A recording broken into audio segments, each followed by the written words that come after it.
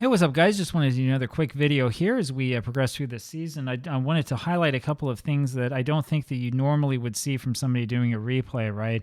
But it's the sort of thing that I think all replayers really should pay attention to, right? Let's go take a look at this point in the replay and sort of see how the Pittsburgh Pirates are doing and why they're playing so well. I know that others have wondered maybe they should be checked for steroid usage or something like that because they're really playing over their heads. As you can see here, I'm not quite done with the games here on May 8th, and we have, we'll be back with you next with the Yankees of the Tigers there on May 9th. These three games are not going to be on camera. The Cubs are out of it. The Giants are sort of into it, but not really, and if they lose this game to Chicago, which would be really embarrassing for them, they're going to be a little bit further out of it than I want to show. Reds and the Phillies are both out of it. They're not going to have anything really worth watching. The Pirates, as you know, they lost to the Braves 6-2 in the first game of the doubleheader, came back to win 3-0 in the game that you watched earlier today. So let's go take a look and see if we can figure out why it is that the Pirates are playing so well, right? I haven't really spent a lot of time looking at these statistics, but I thought that it might be interesting to sort of show some of them. We're actually going to look, first of all, at the team-by-team statistics, and we're going to organize this actually by OPS, and that's actually the opposite of what I've done. So let's go through here and let's make sure that I get the right thing here. So to do this, you go to Report, Standard Reports, you go to DMB, Team Batting Totals. This is a dumb way to do it, by the way. They should come up with a better way. I want you to do OPS, which is on base plus slugging percentage. For those of us who are kind of older statisticians in baseball, this used to be sort of the go-to because it tracks very, very nicely with runs created, and it's easier to understand. It's an easier formula to use, really. If we look at this here, not for the American League, but for the National League, which is what I wanted, this is me not paying attention to what I'm doing because I'm talking at the same time. We get sort of an idea of where the Pirates are. They have the most runs scored in the National League, right? I'm not looking necessarily at exactly what the average is, but you can tell that they're standing out along with the Braves and the Giants. And those are really mostly the Pirates and the Giants are your top teams in the league. It's been a lot of hitting for the Pirates that have done it. They don't have more home runs than anyone else. That's come from Brooklyn, right? It's not been the stolen bases or anything like that. No, it's the old-fashioned, we're going to hit for a high average, which they've been doing. Same average, though, as the Dodgers, a little bit less of a slugging of on-base percentage and not so much of a slugging percentage. Interesting to look at. When we look here at the so-called secondary statistics, which I would consider to be probably primary statistics, we see, for example, that the league is averaging 4 runs a game. The Pirates have 5.1. Well, it's no wonder that they're so far ahead of everybody else here at the moment. They've actually had quite a few sacrifice hits, sacrifice flies. I'm not going to look to see if this compares well with what they had in real life or anything like that. Analytical, I think, is where we're going to see OPS. There is OPS, yeah. Kind of ridiculous that OPS is over in the analytical category, but you have to remember that Diamond Mine and this stuff was mostly created not in the early 2000s, but rather like in the mid-90s, and that's the reason why these things down here are set up the way that they are. Pirates have an OPS of .705, which is 4th in the league, which tells you that they probably have an offense that is around the mid part of the league, and that probably tracks with what they did in real life. But among other things, they're striking out less in relation to their number of walks than the league. I would say that, there are things that they're doing offensively that are sort of a little bit better than the average league totals. We'll take a look here at the National League pitching totals. Again, we're not going to go based on ERA. We're probably, let's see here. Do we have runs per game? We don't have normal runs per game. Well, we're going to go ahead and take a look at runs, and we'll sort it by that. So let's see here. We'll take a quick look here and see where are the Pirates at. They are actually lowest in the league in terms of runs. This is where the Pirates have been playing well. Only 52 runs allowed so far this season, and the ERA is at 2.29, which is very, very low. That's how you win 17 games and lose only 3 while having an offense that's probably mediocre and probably, I would say, like middle of the pack. The Pirates have also caused a lot of guys to ground into double plays, which is interesting to see. They're leading the National League in double plays, something that I've talked about a lot, usually in connection with the American League in this replay. But in the National League, it really does kind of make a difference. As far as these secondary statistics are concerned, I'm not really seeing anything that stands out other than this allowing only 7.7 hits per 9 innings. The team that is doing the best, of course, is the Giants with 7.2 hits per 9 innings, and that's why they're in second place. When we go over here and we look at the walks per 9 innings, the Pirates are tied with the Cardinals for the fewest walks per 9 innings. And that's the other thing that you really, really want to see. That being low plus this being low will almost guarantee that runs per 9 innings will be low, right? And the strikeout per walk ratio is the best in the National League, tied with, again, St. Louis.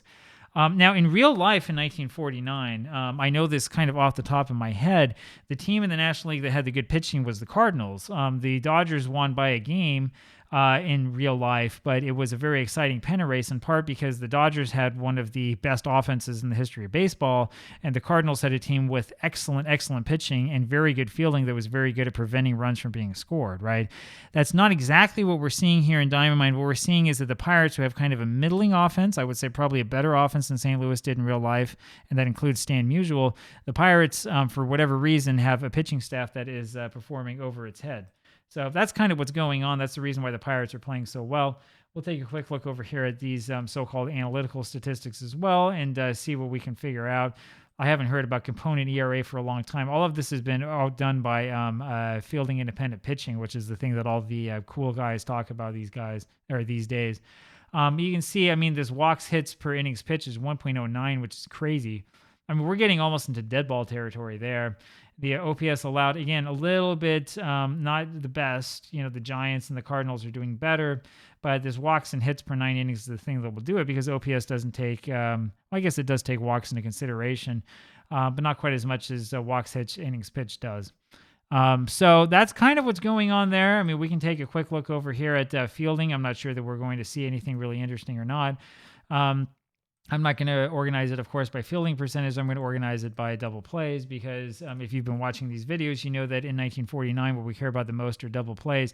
You'll notice that there are no analytical statistics here. You're not going to be able to figure out what the FWAR is for the Pirates, or I'm sorry, the R field is what I was going to say, which is good, because R field is a totally, I mean, I wouldn't say a totally made up stat, but we probably should treat it as one. But yeah, the Pirates are getting a lot of double plays from their pitching staff and from better than average fielding, and they only have 12 errors committed. The big liability they have on defense is Ralph Kiner, who's out in left field. So, I mean, that's kind of what's going on. Doing pretty well so far, I would say, in this season. Now, we'll take a look at one other thing, and let's see if I can find this here. If we look at the team game results, I think is what I'm looking for. Let's see if we can figure out how the Pirates have been doing so far. Yeah, here we go. This should look familiar to you if you've ever used RetroSheet, because this is the same formatting that's there on RetroSheet. So Tom Tippett, who programmed this game, was a volunteer for RetroSheet. I think he was a volunteer. He worked closely with them over time. And so this will give you sort of an example of what's going on. There's the cumulative statistics as well, which is all pretty cool. And this is really helpful, especially at the end of the season, if you're trying to figure out what's happened. So we're 20 games into the season, and you can see that they had a great winning percentage the whole time. Lost one game here on April 30th, and then lost the second one over on May 3rd. And then finally, May 8th, in the first game of that doubleheader, they lost another one. So you have a 10-game winning streak, 2-game winning streak, then a 4-game winning streak, and then we just won another one. So we'll see what happens afterwards. When you look at these games that they lost by 1 run, lost by 2 runs, and then lost by 4 runs. This is the first multiple run game that they lost. In terms of wins, how many 1-run wins can we count? 1, 2, 3, 4. Remember that one. That was a crazy one. It looks like that's it. So there's been 4 of these 20 wins have been by a single run. You'll notice that they don't have a great 1-run record, right? Because they lost one. They're 4-1 in 1-run games. That's one of those things that people talk about. Maybe they're lucky, maybe they're not lucky. You know, as we can see here, I mean, yeah, there's a little bit of luck maybe that's going on. I tell you that the thing that helps them out is winning these games in extra innings.